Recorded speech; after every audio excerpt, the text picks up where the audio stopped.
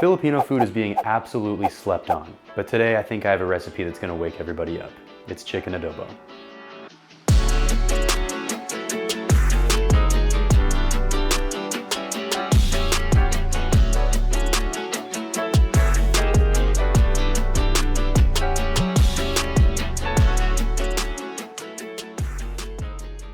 I'm Filipino myself, and so chicken adobo is something I grew up on. It's a dish that most Filipinos at least vaguely know how to make. And the good news for anybody who's new to Filipino food and wants to cook this recipe for themselves is that there's one universal recipe that everybody follows with no variations. And that's absolutely not true, I'm just kidding. Everybody has their own recipe. With this dish, there's a lot of regional variations depending on what part of the Philippines you're from, and even further still, there's differences from individual to individual. In American terms, you can think about it like this. Becky's chili recipe is completely different from Hillary's chili recipe.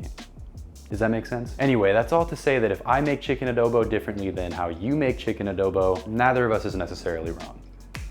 So let's get cooking. All right, so the national dish of the Philippines starts off with 15 to 20 cloves of garlic. This may seem like a lot of garlic, and it is, but believe me, it is 100% crucial. So take off all the outer layers, crush each clove, take off the skin, and give everything a rough chop. Now let's move on to the protein. For today's adobo, I'm going to be using chicken drumsticks, but feel free to use bone-in skin on chicken thighs, or even pork if you'd like. No matter what you choose, just make sure to salt it generously. And now it's pretty much just adding everything to one big pot. Here I'm using a cast iron Dutch oven, but to be honest, any pot you have will do just fine. So add in a little bit of oil, I used avocado here, and then start searing your chicken drumsticks. And we're really not trying to get a super hard sear onto these drumsticks, we're mainly just trying to get the fat rendering process started. Then you're gonna add about 1 to 2 tablespoons of freshly cracked black pepper, followed by about 1 tablespoon of whole black peppercorns. Then we're gonna add our chopped garlic, then 1 1/4 cup of Filipino cane vinegar. You can get this at most Asian markets, and if not, you can order it on Amazon as well.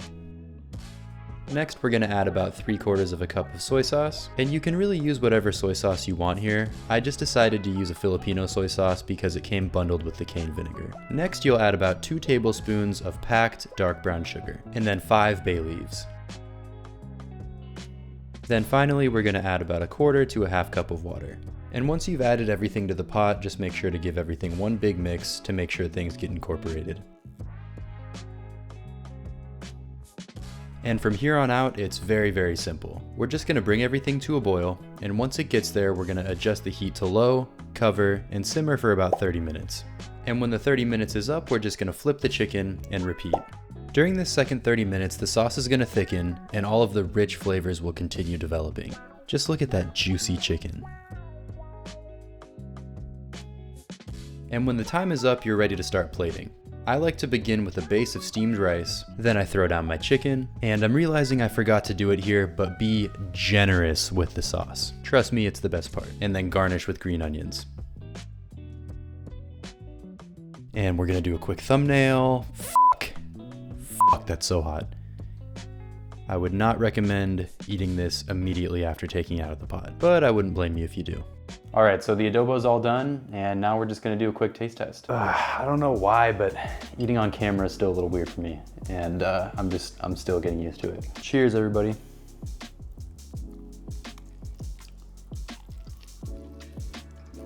That rice with the sauce on top of it is so fucking fire.